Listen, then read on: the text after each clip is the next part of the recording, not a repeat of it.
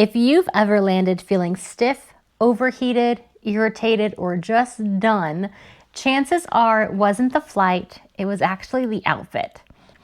The first thing not to wear are stiff, restrictive pants. Let's start with the biggest mistake I see: tight jeans and hard waistbands, anything rigid. Sure, they look fine at the gate, but then 4 hours later, they don't. Sitting for long periods, pressure at the waist, swelling, it all adds up. And I know you've seen it, that level of discomfort written on people's faces. No. What to wear instead? Soft, elastic waist trousers with structure, ponte pants, travel joggers that don't look like pajamas. My personal go-to are wide leg trousers from the Spanx Air Essentials line because they are absolute heaven. They're soft and they feel like pajamas, but they look super put together. I regularly get compliments from strangers. I love them. Ultimately, you want fabric that moves when you sit, stretches when you stand, and doesn't cut into your midsection by hour 2. All right, next of what not to wear are shoes you can't slip off easily. If your shoes require laces you have to wrestle with, tight ankle openings, or balancing on one foot at security, they're not airport shoes. And heels, even small ones, are a hard no for long terminals. Instead, you want to wear slip-on sneakers, supportive loafers, cushioned flats with structure. My go-to are Vionics because they have fabulous arch support, they look cute, and they are incredibly comfortable to wear. Whatever you choose, you should be able to step out of your shoe in seconds, walk long distances comfortably, and still feel fabulous when wearing them. The next thing what not to wear are layers that don't work together. And this is a sneaky one because outfits can look great until the temperature changes, like a bulky coat you can't store easily, a thin top with no backup or cover up, or a scarf that is constantly slipping. Airports are unpredictable, so instead think layering with intention. A breathable base layer, a soft cardigan, wrap, or zip up, and a scarf that stays put that can double as warmth or lumbar support.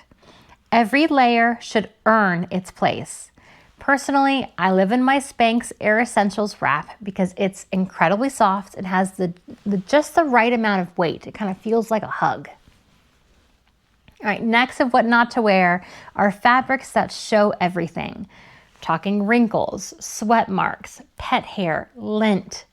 If the fabric makes you feel self-conscious halfway through the day, then it's not a travel win. And us luxe travelers know you only wear what makes you feel fabulous.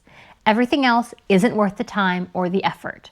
So, out of the things in your closet that make you feel fabulous, find the items that are wrinkle-resistant knits, matte fabrics, or dark or forgiving neutrals. You want clothes that still look good after security, after snacks, and after sitting for hours. And that's what you want to think about creating. A travel uniform you can reach for every time you're headed on a trip. Because when you have your travel uniform, there's no thinking needed, and you're guaranteed to be comfortable and ready to go every time. All right, what not to wear next would be accessories that slow you down. Oversized jewelry, metal belts, bags that collapse when you set them down, and anything that has to go inside your pockets. These things all add friction, and airport days already have enough. So what to wear instead? First, keep your pockets empty. At the airport, pockets are for hands, not your stuff. Next, you'll want minimal jewelry. You'll want to get your personal item rolling on top of your carry-on so that your hands are always free when you need them.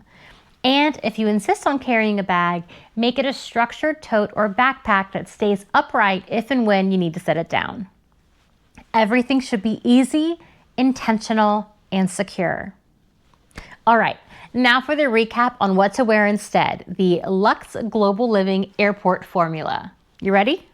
You're going to create your airport and travel uniform. We're talking soft, structured bottoms that easily move with you. A breathable top and one intentional layer.